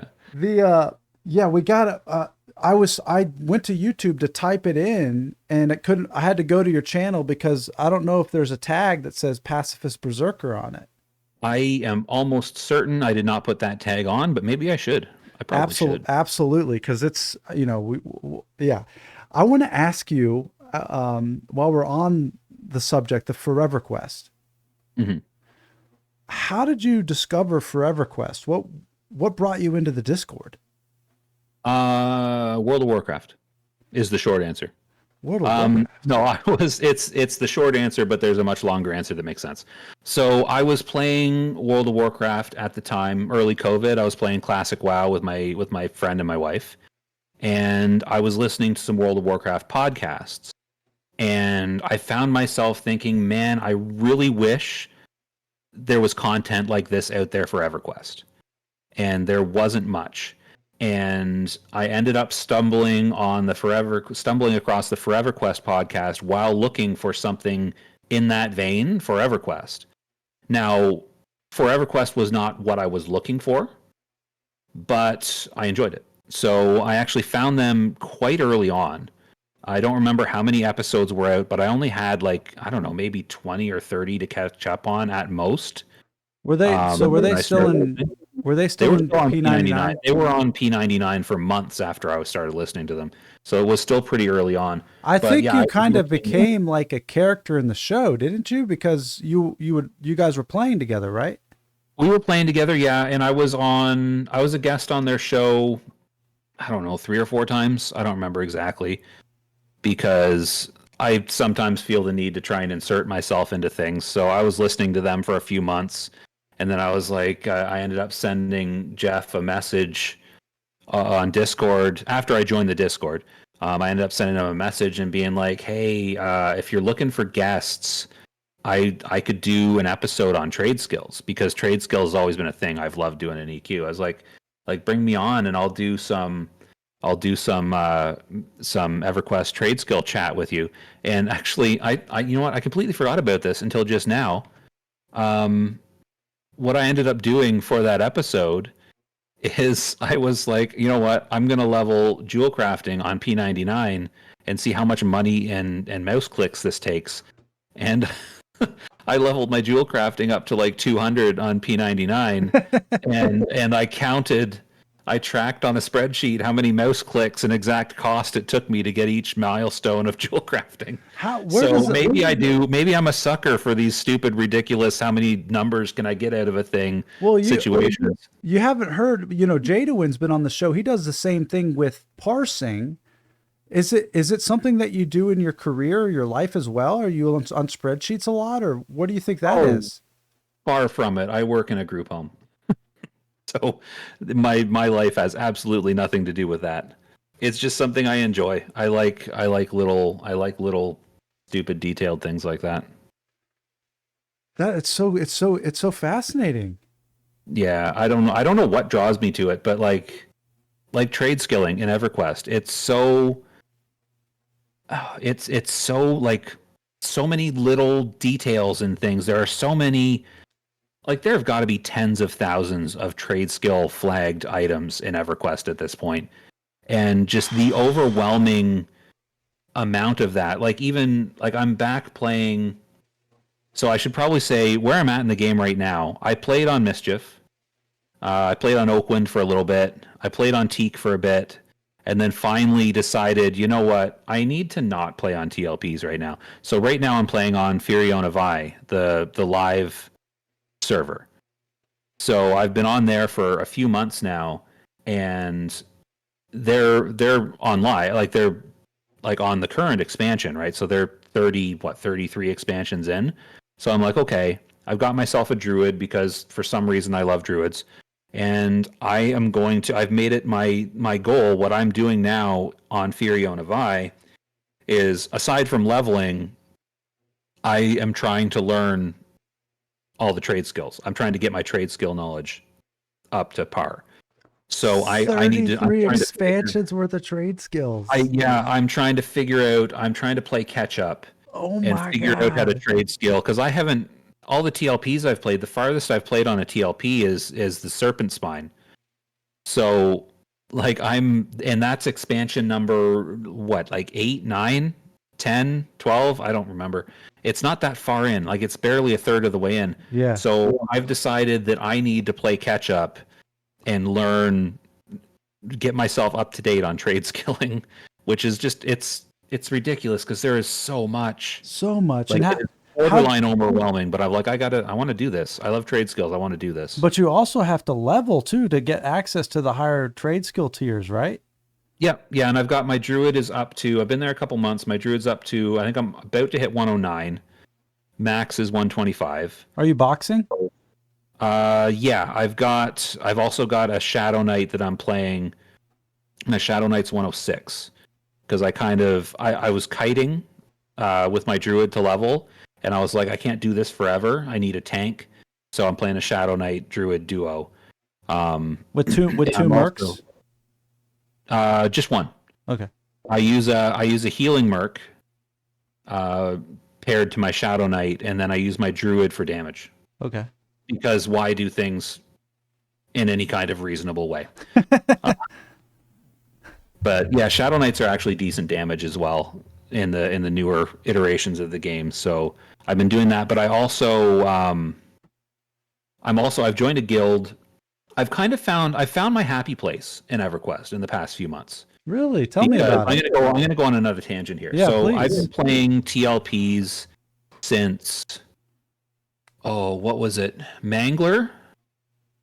I think Mangler is my most recent stretch of playing. I think I started on the Mangler TLP, which I believe was 2019. I think it was the 20-year anniversary server. Yeah. So I started playing TLPs then, and I've been playing just TLPs with the odd kind of dip into P99. Been playing TLPs since then, and I played Mangler through Planes of Power, and then I think I played on Eridune. Did that come after Mangler? I played on Eridune for a bit. I played on Mischief. I played on Oakwind. I played on Teak. And I found myself, especially on Teak, because I was like, okay, Teak, we got another Mischief clone, free trade, random loot. I was like, I'm gonna get on Teak, and I'm gonna join a guild, and I'm gonna play this through and see how far I can get with this one. Because on Mischief, I only landed till TSS, and then I kind of bailed out of Mischief because it was getting into. I don't remember why I had to stop, and then I didn't end up getting back into it. Something stopped me from playing for a few weeks, and then I just kind of the boat had sailed at that point on Mischief. But playing through on Teak, I started to realize I don't like this. I'm getting tired of the 4/8 week turnaround on expansions.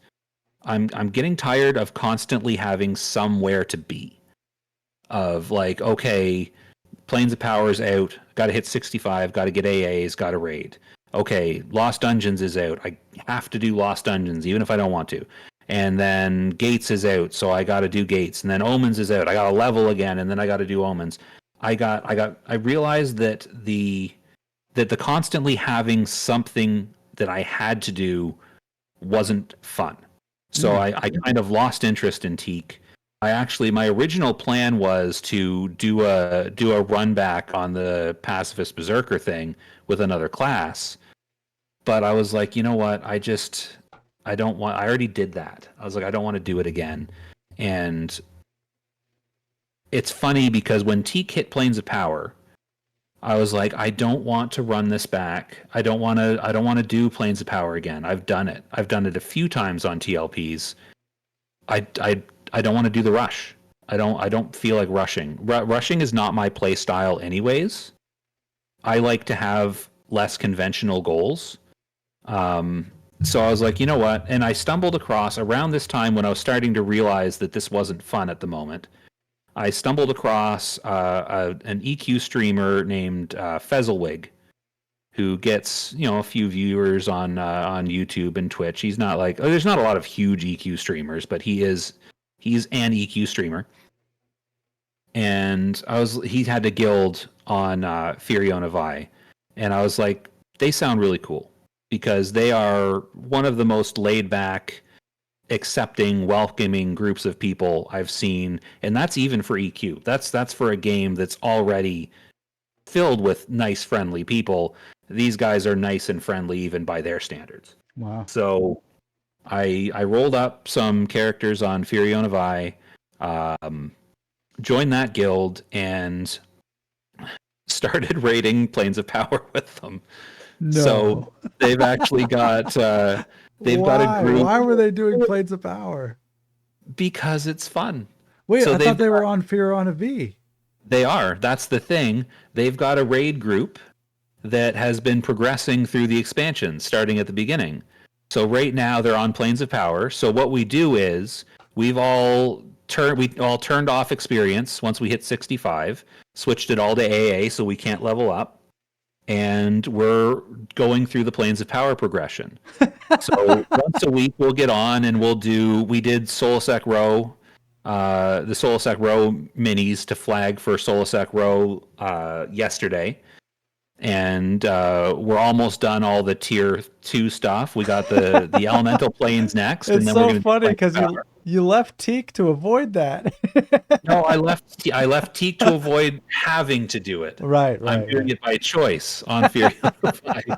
So there's a group of us. There's like, I don't know, and it's not true box there either. So you can box a few players on the same computer, and most people box, at least a couple characters, and we've got a few dozen of us that are doing the planes of power progression. And once we've killed all of the planes of power progression, we're going to start doing Gates of Discord progression. And it's at y'all's pace. It's not. And it's at our pace. We're not racing anybody. Nobody cares that we're killing planes of power stuff on Firiona Vie. Nobody else is even. I mean, we could do it all open world. Nobody else is killing it. So we do it in DZs just because. But it's I've been having so much fun with it. It's like, okay, I'm doing the same thing that I would be currently doing on Teak, but there's no pressure to this. There's no rush to this. And there's nobody cares if we move slow. Nobody cares if we wipe, although we haven't wiped yet in the weeks that I've been raiding. Because, I mean, you have access to better gear, right? Like, we can use, like, the Defiant gear. Oh, that's right. Gear that would have dropped in Gates, because it's all free trade. The Firiona Vie is a free trade server as well. Yeah. So we're just having a blast and relaxing and having fun and playing through the old content. And as somebody who has always loved the lore and the stories of the game, being able to take characters on a live server and go back and look at these expansions that I missed has been great. Mm-hmm. Like, I can take right now I'm doing stuff in the Empires of Kunark zones right now and Ring of Scale. So with my level 109. 6 and 108 characters. So I'm playing through these expansions that I missed during my breaks from the game, and I'm seeing all this old content completely at my own pace, and it's been a refreshing, fun time, and I'm thoroughly enjoying it. Is there something to it that the because I can imagine, like, I don't even play on Teak unless we're raiding, because there's nothing to do. Like, there's nothing for my guys to do. And so, like, and I would say that this podcast kind of got created as a means to staying engaged with the game, because there's nothing for me to do in game, but I can do this outside the game. With the live server, there's always something you can do, because there's always something that I haven't explored yet. There are 30, I don't even know how many. There are 30 something Everquest expansions, and I have access to all of them. Now, I'm not high enough level to go into all of them, but like, there's so much to see and so much to do. And in this guild that I'm in, they've got groups that are leveling in the like 110, 115 range. They've got a group that's leveling that's like 75 now. They've got the level 65 raiders. They've got a group in the 80s that gets together and does content and levels. And there's no end. And not to mention the tens of thousands of trade skill items to sort through, and the collections. There's collections in game now. You collect a set of things, you put them all in your collection, you get some experience for it, and it goes in as an achievement. So like, you go to zones and you're collecting these little cool lore items. There's so much stuff. On a TLP, you get this rush at the start of an expansion to clear the content, and then you've cleared the content, and then what do you do? Right? Like, it's the TLPs, like, I don't have that desire at this point in my life to race and to rush. So that's just tedious and boring to me. Like, I would rather have this massive open world to explore than have a rush and then a break and then a rush and then a break. So You're making a strong case for this. I never looked at it this way because I was going to say the piece that I think is so cool about what you're describing is you're able to do all these extra open activities at your own pace while staying connected socially with the people that you're playing with. Yeah, that's what makes it. This guild that I've found, I mean, it's not a huge guild. It's not faceless. There's not 200 raiders. It's a group of a couple dozen people, most of them my age or older, maybe a little younger, and they're all just having fun with this game that they've been playing for decades. Yeah. And it's the most kind of relaxed, chill environment that I've played an MMO in, because I've done the competitive MMO stuff. I've done the competitive rating in WoW. I've done the competitive rating in EQ. I don't care about that anymore. I just want to kind of hang out and have fun. So this is just, it's a server that just does not limit you, and it's a free trade server. So I can go and I can do this cool content, get some raid drops, throw them in the bank for when a character reaches that level, and then mail them out. And it's just it's probably the most fun I've had in the past year. Because I never really felt connected to Teak, not in the way I felt to Mischief. I had a blast on Mischief. I never felt that connection with Teak. Teak never really did it for me, and I was really hoping to be super into Teak, but it never hit me like that. And Firiona Vie is hitting me like that. So I think I see your guild around the your mischief guild one last time again. yeah, yeah, that was on Teak. That's the Teak guild. Oh, I thought they were on mischief too. They might have been. Oh no, you know what? There was a guild called that on Mischief. Different people. Does it whenever you get the urge to move your attention to a different game, do you organically find the people you play with, or do you stay connected with have you stayed connected with a group over these years? No. I jump from group to group. Okay. I'm not good at those long-term connections. I've never been good at that. Right. Yeah, I will that's disappear. I will disappear completely and pop up somewhere else and then try and make new connections. yeah. I do that in real life too. I just I bounce from people to people. I don't have a lot of long-term connections. So are you still on the one video a week thing, or is it once a month now for your It's YouTube channel? Well, I was doing one video a week until I started doing the lore videos, which are a lot more work. And I've also just gotten busy. So I was still trying to do like one every couple weeks, but I've slowed down. I've had to slow down because I just haven't had the time to put things together. And I'm also working on getting some other projects off the ground too. Like I've got a Star Trek channel that I've got in the works that I've started a couple videos for, but I haven't actually published anything yet because none of it's done. But the first video, the channel's there now. The first video is almost done, and I'm hoping to have it edited and posted in the next week or two. What's the channel? Um, Can we subscribe to it and get ready? Let me see, what is it called? Sorry, my camera's in the way. It is called Trekkie Josh, and I think it's just Trekkie Josh. TrekkieJosh.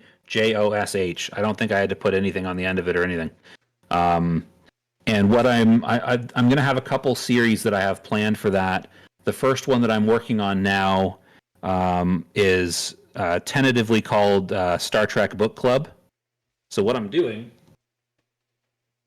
is when I was a teenager, not even a teenager, when I was a young kid in the 90s, uh, they published all of these old Star Trek novels.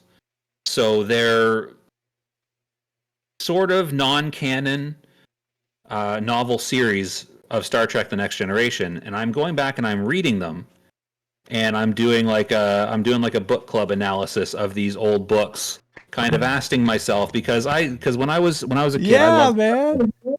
I loved Star Trek, but there wasn't enough for me. Like this No. was pre-internet. This was mid '90s, early '90s actually. You couldn't go online if you had an itch that you could not scratch for Star Trek. So I I'm had very one. familiar with those books. My grandma had them all over the house.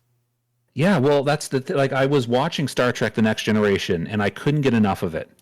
And one day I was down at my corner store in the tiny small town I grew up in, and I saw one of these books on the little book stand that they had in the corner, and I was like, "Holy crap! They make books of this!"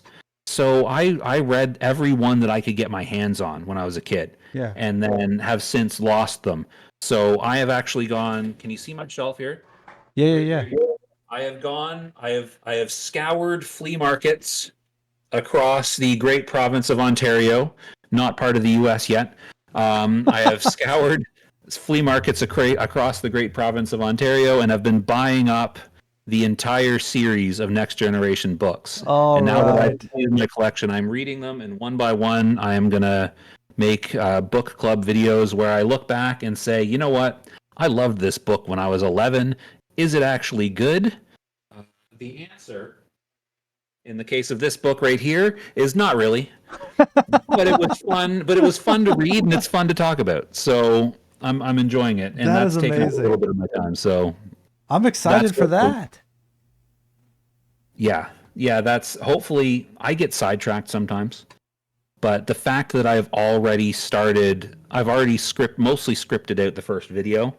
The fact that I have that much done means it's going to get made. So I actually I hit a snag. This was supposed to happen a few weeks ago, but like I said, I work in a group home, and we had to do N95 mask fits just in case there's like an outbreak. And they made me shave my beard. Oh, really? And I was like, for the mask fit, and I was like, I am not under any circumstances going on camera with no facial hair because there is nothing in this world as hideous as my face that's not covered by facial hair. So I actually had to delay everything for a couple weeks while my beard grew back in. But now I'm back on track, and hopefully I'm going to get back on that soon. Man, that's awesome. So, Um, did you ever try the Vaniki server? no, I didn't. Okay. I saw that one and I was like, I do not think I would enjoy that. I didn't fully understand what it was about, Me either. and I didn't think I would like it. And I feel like I'm right. Yeah, Um, I'm not quite from what I understood it was just you have to complete the content at a lower level, so you need a group of people to do it. Uh, I think there was achievements for completing stuff at lower levels, and it to me it sounded like a Zerg situation. Like see how many lower levels you can throw at a boss until it dies. right. And I was like, that doesn't sound that fun. Like it didn't sound appealing, so I didn't really try it. I skipped that TLP cycle. I just kept playing on Mischief through that. Yeah, but I'm really glad that you really made an attractive case to the Firiona Vie because I get the itch to I'll get the explorer's itch. Like I'm on the hero's journey now, Yeah. and that the way that you play sounds way more attractive to me than the way that I habitually play, which is I'll grind and try to get best possible that I can and then burn out. You know what I mean?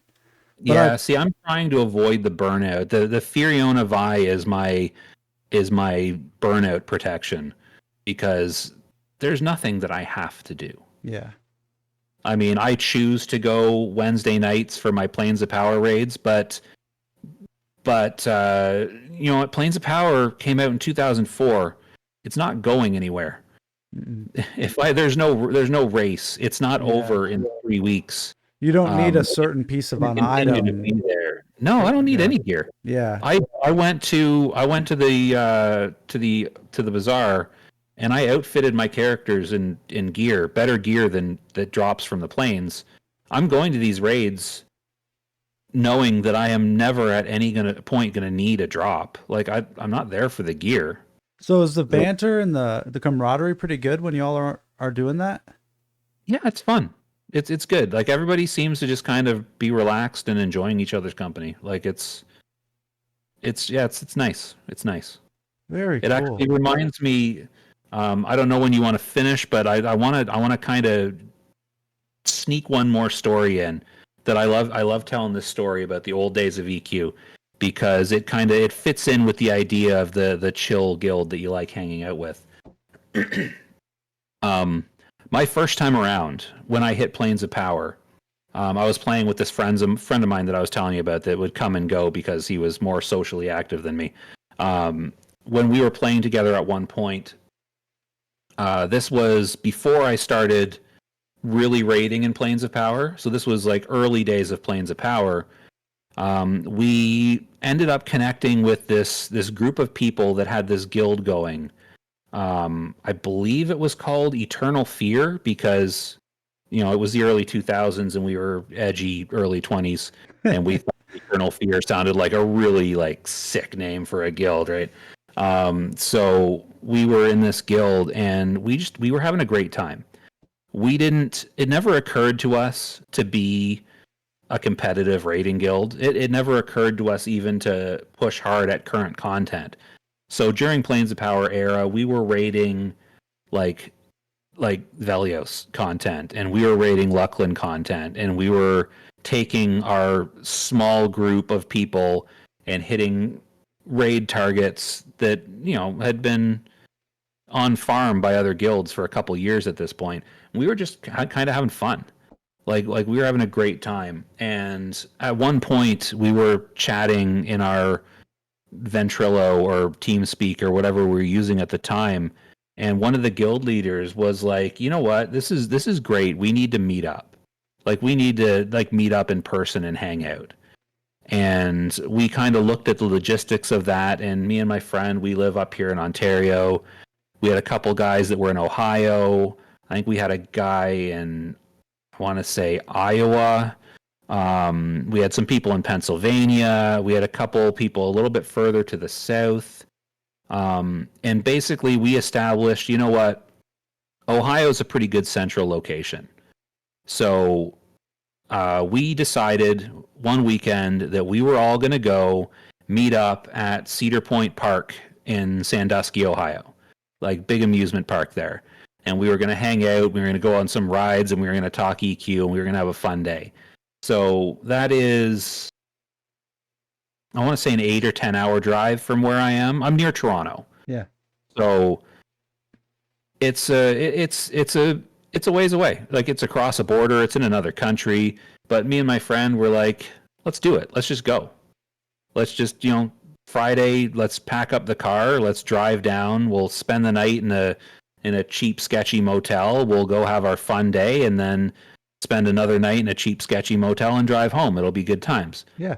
So we are in our early 20s at this point. Not the two most brilliant people in the world. So we're like, okay, guys, we'll meet you down there. And we left. And we drove down.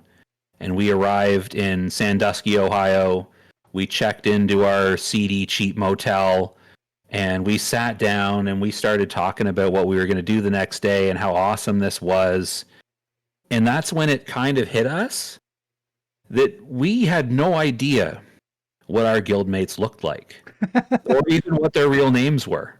We had no idea. And we were like, wait a minute. How are we going to find these people? Right. Like, I don't know if you know Cedar Point, but it's apparently one of the largest theme parks in the States. Like, it's a big place. Thousands of people go there every day. Is this before cell phones? Yeah, this was 2004. We did not have, neither of us, I mean, cell phones existed, but we didn't have them. Right. So we're sitting in this hotel room. We don't have computers. There's no Discord. We can't text people. We're like, well, shoot, we're supposed to meet up with this group of people that we've never met before and have no idea what they look like or where we're going to meet up. We probably should have figured this stuff out before we left the country. And we're like, what do we do? So we're thinking, and we're like, man, it would be great if we could just stand at the entrance and shout looking for group and have people come find us. And I was like, well, why can't we? So we went and we found, I don't remember if it was a Walmart or if it was a dollar store or something, but we went to a local shop and we bought some like Bristol board and some wire coat hangers, and we brought in some Sharpie markers. We brought them back to our motel room, and we made guild tags. So we had our character name, first name, surname, guild name underneath, and then LFG beside it. And we glued them to the coat hangers, attached them to our heads, and the next morning, bright and early, we went down to Cedar Point and we stood outside the front gate with our names, guild tags, and LFG hovering above our head, just standing there looking like idiots.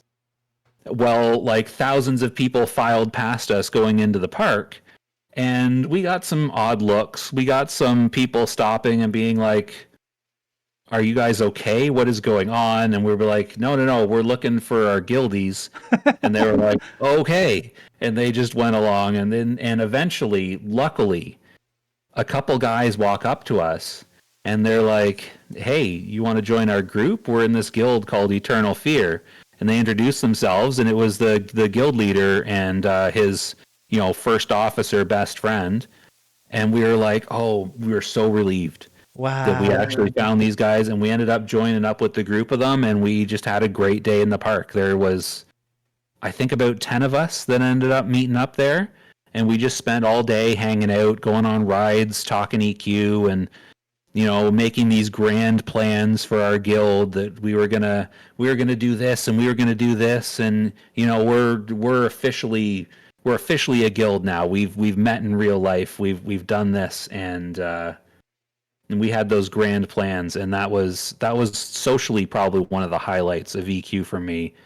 Just going out on that limb and being like, you know what, we're gonna come down and we're gonna hang out with these people in person because we have so much fun in game, and luckily it worked out.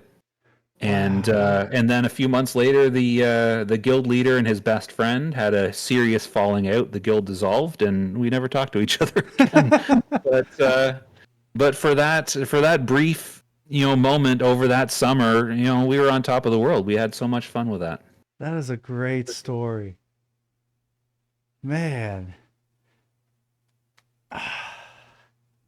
Well, is there anything? I think we could wrap it up. I'm getting kind of tired. It's 10:45 where I'm at. Yeah, I got to work early tomorrow too. Yeah, it's 10:45 here. We must be in the same time zone.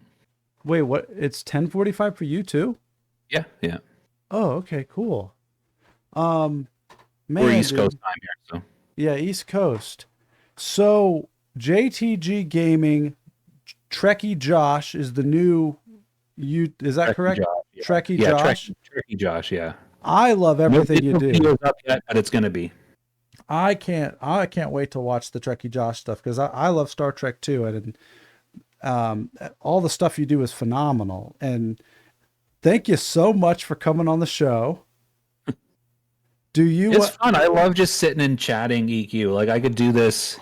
Honestly, I could do this for 2 more hours if I didn't have to get up for work in the morning. Like it's I love this so much. Yeah, we'll come back again. Is there anything you'd like to share before we wrap up today? You cut out for a second. Is there anything I'd like to what? Is there anything else you'd like to share before we wrap up for today? No, not unless you want me to talk for another 45 minutes.